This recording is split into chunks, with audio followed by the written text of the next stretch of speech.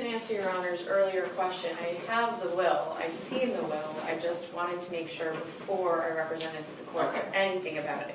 The defendant is the sole beneficiary of the will. However, I would point Your Honor to the fact that the same arguments are going to apply about whether the defendant knew that there was a will. But I think that from the circumstances of the case, the fact that he is the only child. I know, I understand that. Okay, thank you. Any further argument on this point? We're going to call a different witness first. You don't have to. We're going to. All right.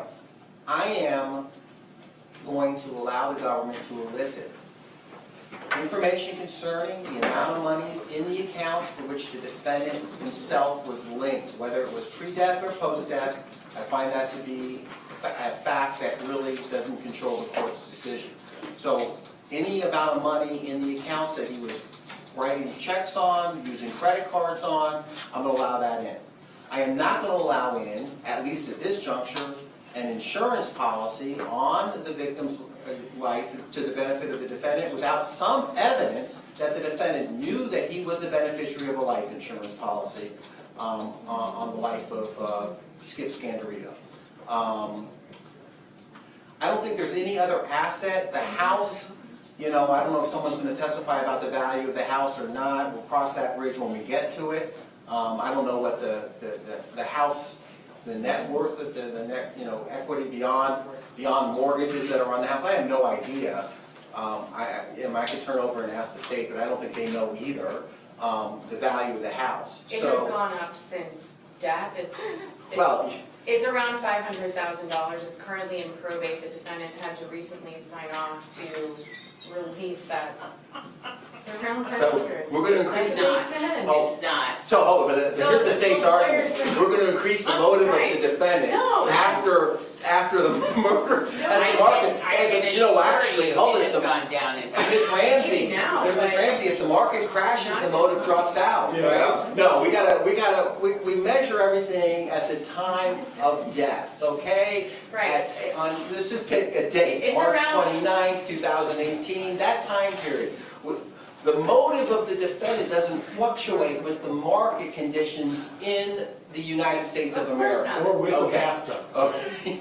All right. So I've ruled against the defendant with respect to a financial amount of money, the amount of money in the accounts to which the defendant has had access pre or post-death. That would include the credit cards that were found in the car when he was up in Alachua County, the checks that he forged, those accounts, the amounts of money in there.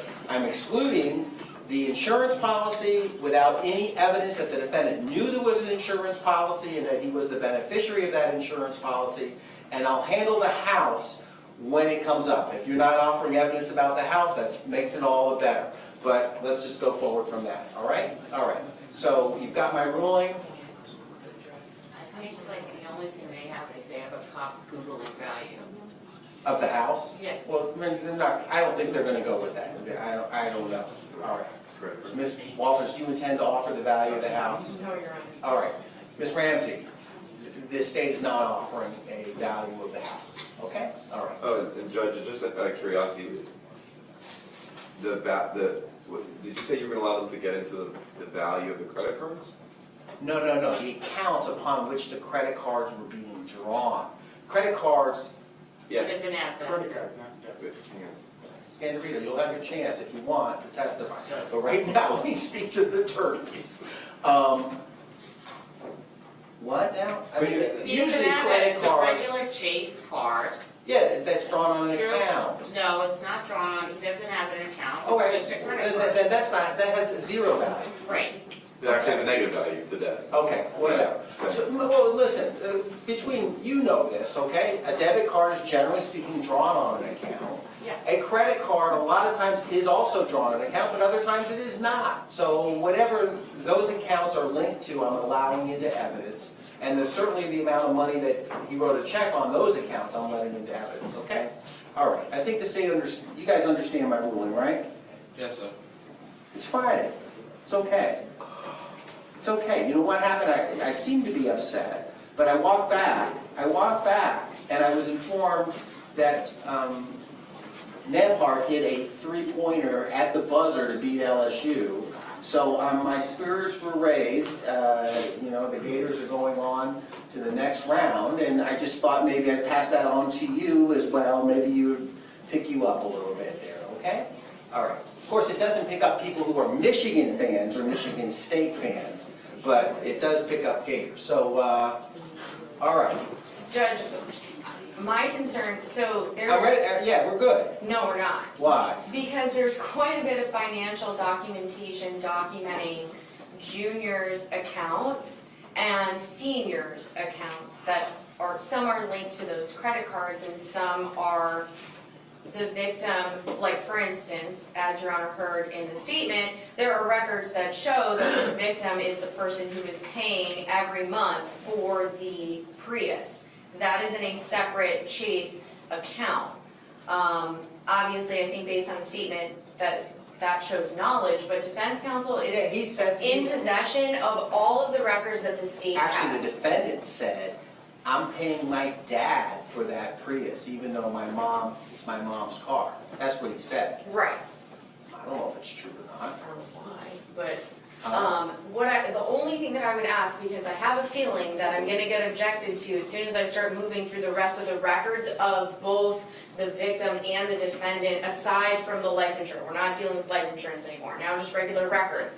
Okay, go ahead. These are the records that the state seeks to introduce, and so I think we should deal with it now to see if I defense thought I counsel... just did. I'm allowing you to introduce... Well, there are Fine. more records than that. There's records of the defendant's like W-2s and employment and how much money he is bringing in during a certain amount of time and whether that increases and whether it decreases. There's also JP Morgan Chase accounts from the defendant that rise and fall and then eventually are closed. There's also Bank of America accounts from the defendant that he becomes basically his primary banking The account. defendant or the victim? The defendant. So how... These are all the sorry, if I said victim, I meant defendant. All right, so let's Defendants- understand all right, A, you can prove that the defendant, that is the man on trial Yes. here, has no assets, no money, and is destitute, as you said in an opening statement, and if you want to prove that, you can. I don't know how you intended to prove that. You can prove, and I'm allowing you to put into evidence, the victim's monies on accounts for which you can demonstrate circumstantially the defendant's knowledge. That is accounts that he wrote checks on or has credit cards linked to. But I believe that Ms. Ramsey's correct that you conceded the point, that there has to be some evidence, some nexus between the defendant's knowledge and an asset that you wish to put on into evidence as a motive for him to kill his father. And that's what you're doing this for, it's motive, right? Okay. I think So- what the state's talking about, judges, I am gonna have an objection to them going back 2, 3, 4 years into Mr. Scandirito's history. You mean skip Scandirito? No, they're talking about Jimmy. That's what they've turned over. 3 to 4 years, why would that be right? I want to know what... don't know. There's a point in time, and there's a range around that point in time. Point in time is March 28th, 2018. A range around that reasonably would be within 6 months either I side. agree, but they have turned Reasonably. over If records they for want, years. if that's all they want is just for the month of March and April. No, you don't have to limit yourself to March. I'm talking about reasonably. You can show, But I'll do- back to Christmas, Thanksgiving time period, but we're not going back to 2015 and 14. That's irrelevant. Well, in the state's perspective, it's not, but if that's... Why? that- He didn't try to because kill his dad in 2015 or 14. It shows a significant financial decline of over $200,000. What? You never did that. All right. It shows a financial decline in a very short amount of time of over $200,000. That is then beginning to be supplemented by Lyft and Uber driving. Right. And so So his statement that he was a real estate... he has some real estate finances coming in. They are very consistent. But he's also driving an Uber or a Lyft. There's very consistent payments of real estate monies that he is earning in 2015, 2016, and they drop significantly, okay? After that happens, the supplementing of his income Comes from every once in a while real estate and then Uber and Lyft. But the real estate checks that he's getting, he either immediately cashes or is immediately paying to his landlord for the amount of the rent. Okay. So during the 2017, 2018 So period. what would be the purpose, you can make an argument too, what's the purpose of introducing his wealth in the past versus his, being a pauper now, living from real estate check to real estate check? Because it shows pressure, Judge. In addition to the fact that the amount of his rent is $2,800 a month. So at the time that he starts renting that apartment, he's able to afford that. Right. At the time, based just on the records of death, he's not able to afford that. We also have which is what the state said in the opening, was talking about how much he has in his accounts at the time of death, which is $3.40 at the time of death. But Right. previous before that shows a snapshot and a picture of the significant decline. Almost $200,000 in income in the state's perspective is a significant decline. Whether they want to say that it's coming from illicit activity, that's up to them. But in terms of what the records show about a series of And how declines, far back do you need to go in order to establish this decline? they start, with the employment records, they start all the way back to 2013, and he peaks at 2014, and then it starts to decline steadily until it declines dramatically closer to 2017 when mom dies. Then the Prius is given to the defendant. There's information about a Mercedes that has a significant amount of money still left on it that Okay. there are late payments on in Okay. 2016 to 2017. All right. There's, All right, I understand. I understand your position. I want to hear from Ms. Ramsey, anything. We're talking now solely about the defendant's assets. We're off, I guess, Skip's assets for a moment, but the defendant's assets. I don't think that you need to go back beyond 2017. And I mean, if the state wants to open the store, they can, but as I indicated, they can say all they want. He couldn't afford the rent. The rent was paid every month. Every month, Right. okay, in cash. So, I don't know how much their records really show. Well, the last month it was paid would be in February. It was not paid in March, according to the doc. True. Okay, let's go, we got two different, sorry guys, I have a hard time seeing the screen. Do you want us to turn the screen down? No, you can hear me. On the defendant's assets, Ms. Walters has persuaded me that a history of the defendant's financial assets is probative of pressure of the defendant to the defendant, economic pressure that is, from, he had attained a level, a style of living, what do they say in divorce proceedings, a circumstance of living that he had become accustomed to, and then the money dries up, and then that does have some pressure to it, and I think that that's a reasonable position of the government. I think it's probative. I don't believe it's unduly prejudicial to the defendant. I think, frankly, there's probably very little prejudice to show that the defendant at one time in his life had been successful financially. So I'm going to go ahead and overrule the defendant's objection to the defendant's assets during that time period. I've already ruled on the victim's assets, and we've talked about that, so I don't know what else is there to rule on here. I'd like to get going with witnesses.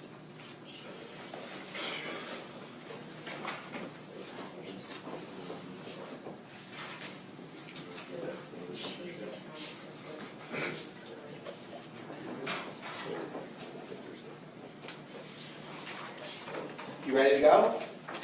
we just want to make sure, Judge, just with Your Honor's new ruling about the, It's not a new ruling, it's Well, the first time I've been asked to make a ruling.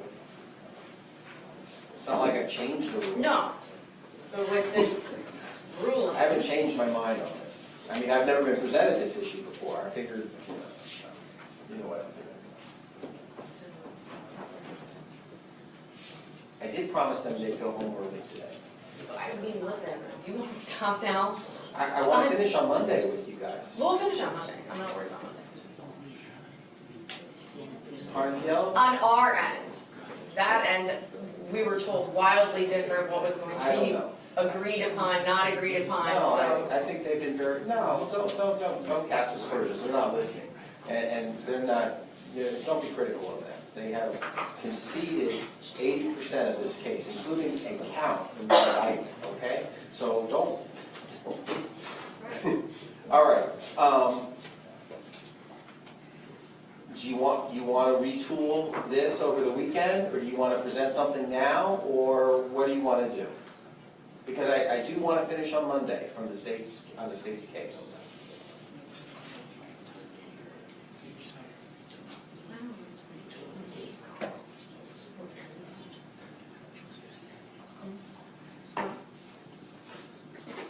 I don't know what you guys want to huddle up about, but I'm asking you. I'm really kind of deferring to you. If you think recessing now would make it a streamlined presentation on Monday, I'm fine with that. It would for me. I'll call Victoria Spivey. Definitely. We have a, Huh? It would for me. It would, It would streamline things. because, I'll really think about it. My no, cross but will be hold it, really no, tight. generally speaking, if I give you two days or 3 days, you get angrier when you come back on Monday. You're not, That's so, not true. No, I'm just joking with you, Ms. Williams. I can call Victoria Spivey. we have a brief witness that. And then we'll recess for the weekend. Yes. And then you guys are gonna sit down and spend hours and go through this and pull out this financial information based on my ruling right now? Yes. Got it. Get your witness, let's get the jury. Okay. Mr. Martin can come back on Monday? We're gonna make it. All right, thank you. Actually.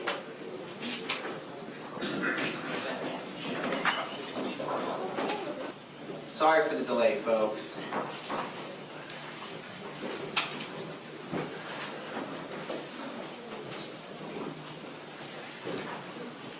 So,